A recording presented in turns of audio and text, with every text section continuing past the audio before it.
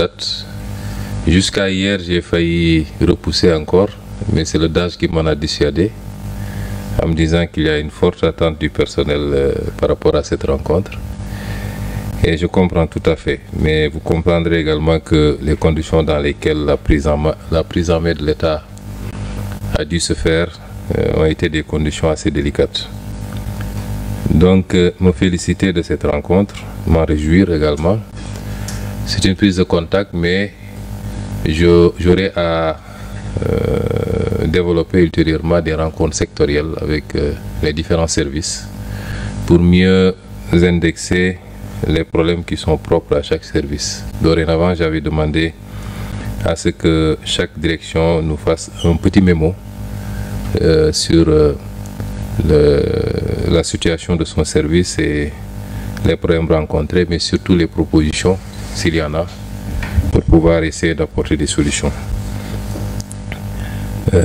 Ceci dit, je dis que cette rencontre est importante dans la perspective du rôle nouveau que nous voulons donner, la place nouvelle que nous voulons donner à cette institution qui est la primature.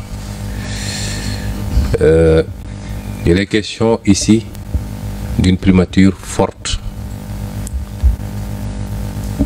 Nous avons entendu beaucoup de spéculations de certains politiciens de très mauvaise foi sur la primature sous sa forme actuelle, qui se supplierait peut-être à la présidence de la République. C'est méconnaître un peu d'abord le cadre relationnel de l'attelage que nous avons mis en place, mais surtout l'importance et les attentes du président de la République sur la primature. Une primature forte, c'est une présidence de la République très forte. Une primature faible, c'est une présidence de la République extrêmement exposée et vulnérable. Dans un pays normal, la primature doit être très forte pour conduire au quotidien la politique de la nation définie par le président de la République et avoir sous sa responsabilité l'administration, qui est le bras d'exécution. Pour des raisons politiciennes simplement, cette primature a été malheureusement conduite à jouer, sinon les seconds rôles, en tout cas à passer presque après les ministères. Et ceci explique cela, tous les dysfonctionnements qu'on a notés et tous les blocages. Et je peux vous assurer, et je le remercie davantage d'ailleurs, que M. le Président de la République accorde une importance particulière au rôle primordial que devra jouer la primature maintenant et tout au long du mandat. C'est tellement important pour lui qu'il me rappelle tout le temps qu'il attend impatiemment le projet de décret portant organisation de la primature. Madame Diatta a tout à l'heure parlé de l'organisation de la primature, qui est l'organisation actuelle. Nous allons procéder à une profonde réorganisation de la primature pour la conformer un peu à ce nouveau statut, qui n'est pas nouveau textuellement, mais dans le contenu qu'on doit donner et dans la pratique, nous allons renouveler pas mal de choses. Et cette primature, qui doit jouer ce rôle extrêmement important, voire déterminant, doit fonctionner sur la base d'un certain nombre de principes. Nous avons trouvé tout le personnel ici. Je crois que depuis qu'on est là, pratiquement, on a maintenu intact l'effectif. Nous n'avons même pas essayé de savoir qui est venu quand et avec qui, sauf à quelques cas, comment dirais-je, quelques exceptions près, qui relèvent beaucoup plus de la confiance politique du Premier ministre, mais de manière générale pour le personnel, nous avons maintenu tel quel. Nous ne nous préoccupons pas de savoir qui est venu avec qui a quelle conviction politique. Ce n'est pas ça notre souci. Nous avons essayé de choisir des collaborateurs sur la base strictement de la compétence. Mme Diatta l'a rappelé tantôt, j'ai mon cabinet constitué d'un certain nombre de conseils techniques travaillant sous la direction de M. Ibrahim Gueye, le directeur de cabinet. Mais en commençant par lui-même, le directeur de cabinet, et plus peut-être 90% de ceux qui conçurent le cabinet, je ne les connaissais, je ne les ai jamais connus auparavant. Je les ai sélectionnés sur dossier et par rapport à un profil. Parce qu'il n'est pas question pour nous de procéder à une politisation qui ne réponde pas à, qui ne corresponde pas à un souci de compétence d'abord. Et il en ira de même pour tout le personnel. Ce qu'on attend par rapport aux tâches qui nous incombent et à la lourde mission qui nous attend, ce qu'on attend des agents, c'est de faire preuve de compétence. Chaque agent a son niveau, de faire preuve de compétence. Le chauffeur n'a qu'à être un chauffeur compétent. Le gestionnaire du courrier n'a qu'à être compétent dans ce qu'il fait. Et ainsi de suite, ainsi de suite. Ce qu'on attend, c'est faire preuve de loyauté. Quelle que soit par ailleurs la trajectoire de l'agent, tant qu'il est en fonction ici à la primature, c'est de faire preuve de loyauté dans la gestion des affaires dont il aura à connaître. Loyauté vis-à-vis du Premier ministre, mais vis-à-vis de leur chef direct également. De faire preuve d'intégrité et de probité.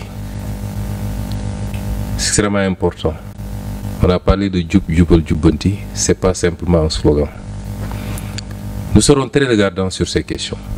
Je ne serai pas regardant sur les profils politiques ou sociaux des uns et des autres, ce n'est pas mon problème. Mais sur ces questions que je viens de soulever, nous serons très regardants et nous appliquerons la tolérance zéro. On a eu ici déjà un cas, relativement à des cas des soucis d'intégrité, et nous avons pris immédiatement la mesure de relever l'autorité concernée et nous continuons à examiner de très près ce cas. S'il faut aller au-delà et peut-être aller au niveau de la justice, nous irons. Nous serons intraitables sur ces questions. C'est un rôle extrêmement important qui est attendu de la primature.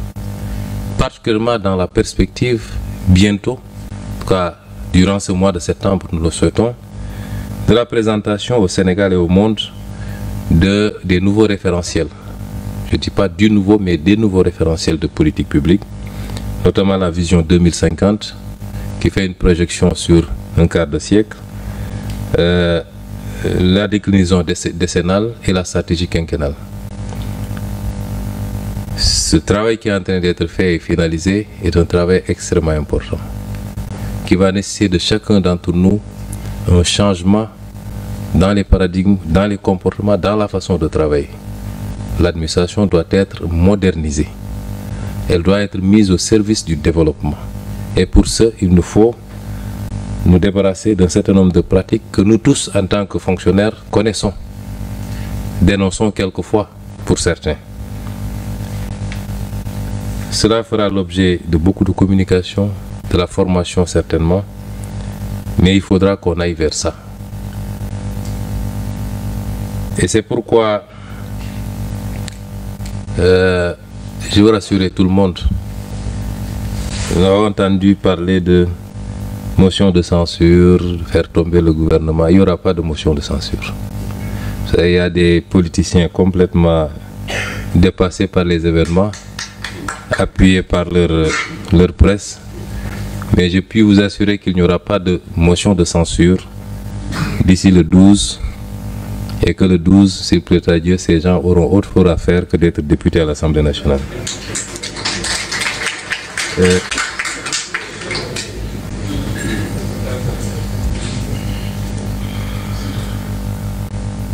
Et nous insisterons aussi sur un aspect extrêmement important pour nous, c'est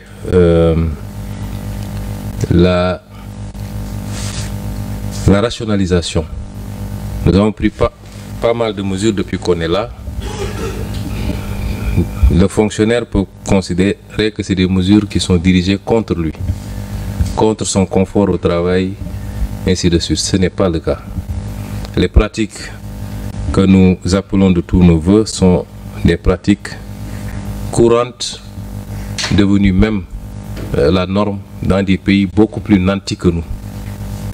Quand on dit qu'il faut rationaliser sur un certain nombre de consommations que les gens peuvent partager, mettre les imprimantes en réseau au lieu d'acheter une imprimante pour chaque bureau, avoir une pièce pour y mettre les machines à café, toutes les autres commodités que tout le monde peut utiliser. Vous allez dans tous les pays développés, ça se passe comme ça. Pourquoi les pays qui sont les moins avancés comme les nôtres peuvent continuer à dépenser des milliards et des milliards pour des commodités qui peuvent être gérées en partage sans nuire à la consommation individuelle de chacun? C'est ce souci qui guide de manière générale la politique de l'État. Nous allons bientôt terminer l'étude sur la rationalisation des directions générales, des agences d'exécution. Nous allons aller vers ça. Et c'est ça qui a justifié d'ailleurs la proposition de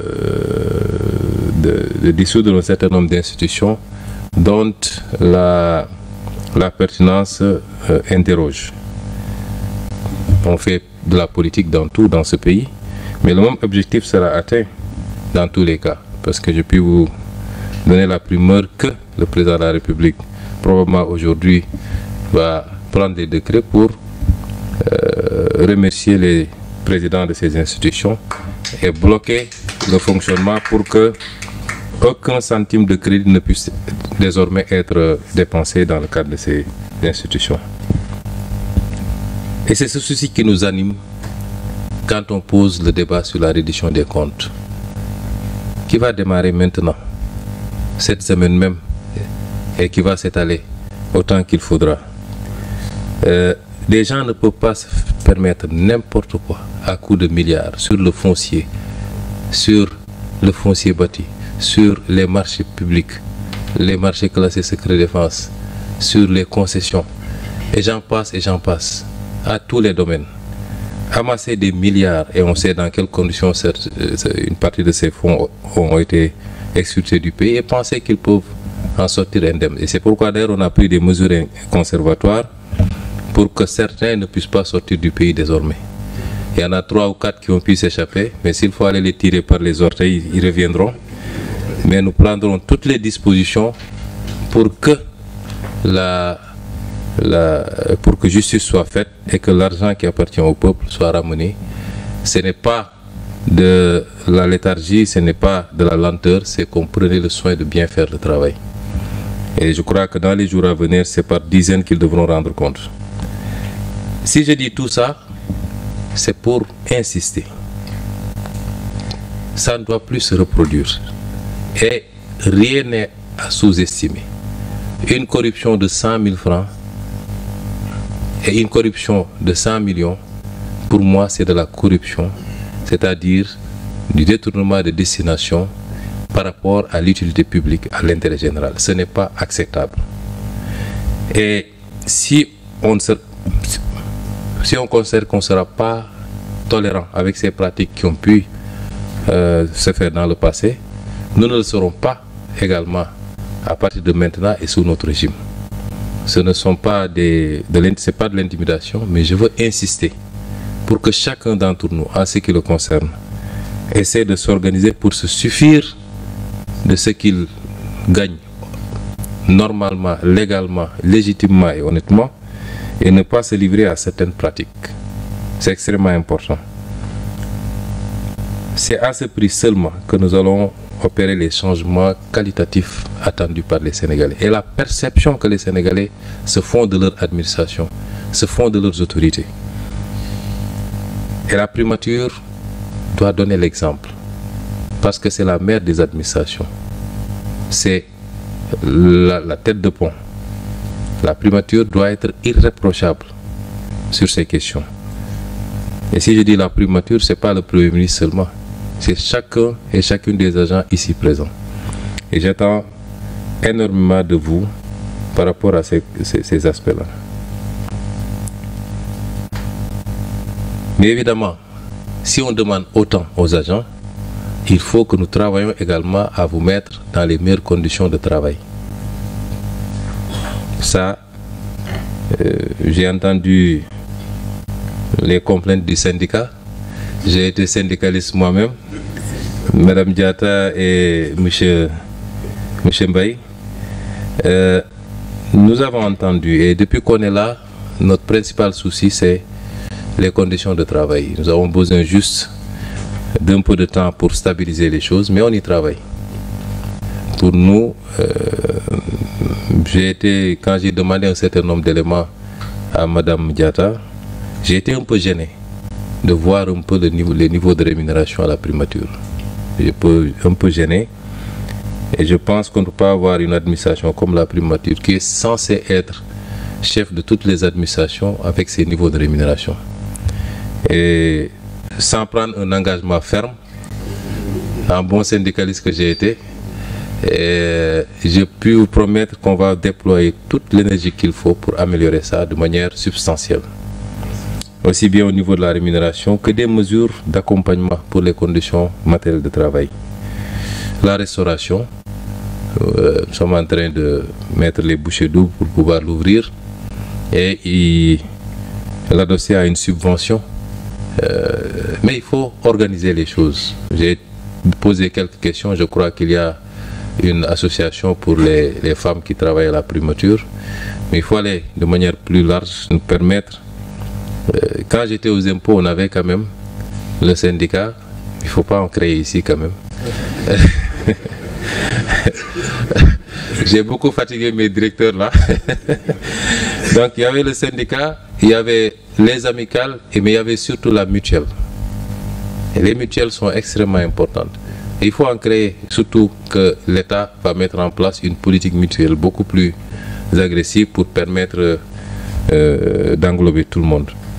Et c'est l'ensemble de ces synergies qui permettait de faire beaucoup de choses. Les évacuations sanitaires, la subvention du restaurant et beaucoup d'autres choses. Je pense qu'on peut s'en inspirer pour essayer d'organiser les choses ici au niveau de la primature et vous permettre à tous de pouvoir améliorer pour les prises en charge médicales, pour la restauration, pour beaucoup d'autres choses. En tout cas, nous sommes là pour accompagner. Le supplément, le DAGE m'en a parlé. Vous avez un très bon avocat qui vous met tout le temps la pression. Il y a certaines considérations sur lesquelles je ne vais pas trop entrer, puisqu'on est en public. Mais, indépendamment de ces considérations, il sait les mesures que j'ai immédiatement prises. Et je pense que ça pourra se régler. Je ne sais pas s'il y a eu une évolution avec le ministère des Finances. En tout cas, on avait pris un certain nombre de dispositions pour que ça se remette en place le plus rapidement possible. Et nous voulons aller beaucoup plus loin. J'ai parlé du restaurant. Avec le Conseil technique santé, on est en train de mettre en place une petite unité pour les soins d'urgence. Je crois que le local est là. L'équipement, on est en train d'équiper petit à petit. J'ai même demandé à ce qu'on installe une salle de sport parce que je vais avoir des agents en pleine forme pour pouvoir être opérationnel. Et au-delà, peut-être, une vieille idée que j'ai beaucoup défendue quand j'étais aux impôts, peut-être voir comment mettre en place une petite crèche pour les dames. Parce que souvent, c'est très difficile quand on sort de la maternité de laisser son enfant à la maison. Mais si on l'a ici dans l'immeuble, qu'on peut mutualiser avec d'autres services qui se trouvent dans la zone, y compris la présidence de la République, peut-être que ça permet aux gens de travailler dans des conditions de sérénité. C'est vous dire en tout cas que nous avons les logements, quelqu'un en a parlé, là, on va voir l'état du dossier, s'il y a un dossier qui existe déjà. Et nous allons pousser pour que au moins l'accès au foncier puisse se faire, et après, si la mutuelle existe, les gens pourraient voir quel montage faire de manière groupée avec les institutions financières pour aider les gens à construire. C'est autant de préoccupations que nous avons avec vous. Pour le transport également, on va voir le dossier.